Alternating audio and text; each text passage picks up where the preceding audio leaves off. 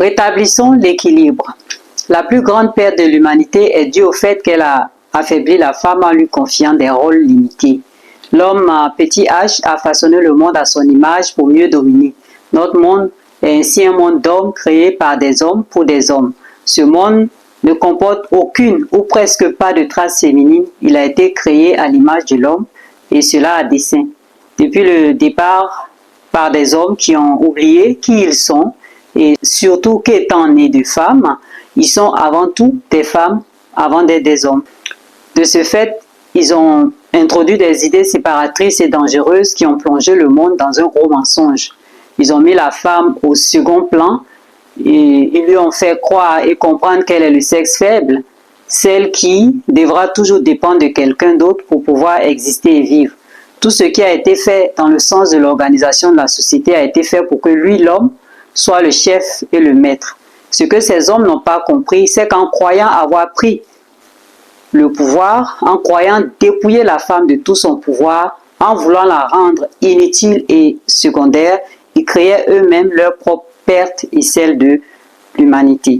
En même temps qu'ils enlevaient à la femme son pouvoir, ils entraînaient leur propre affaiblissement. Je suis Maria Tayele, bienvenue. Aujourd'hui, je fais un résumé sur un chapitre de mon livre « Que des mots, l'amour révélé ». C'est un chapitre qui porte sur les liens qui se jouent dans les relations entre la femme et l'homme, entre le masculin et le féminin. Ces textes que je vous livre ici sont à écouter avec l'intelligence du cœur, cette intelligence qui sait tout et qui ne cherche qu'à se reconnecter à vous. Ces paroles ont été reçues et livrées comme telles. Elles me permettent d'embellir ma vie et je souhaite qu'elles résonnent en vous comme cela l'a été pour moi. Alors, prenez le temps de méditer sur ces paroles car vous serez vous guider après les avoir intégrées dans votre centre, dans votre cœur.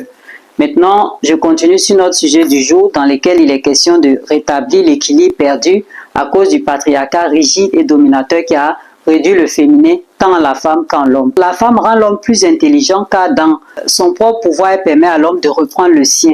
La sensibilité de la femme lui donne accès à des zones qui ne sont accessibles qu'à elle et elle entraîne l'homme avec elle dans ces zones à chaque fois qu'elle y va. Pour accéder à ces zones, la femme et l'homme doivent s'aimer d'amour réel.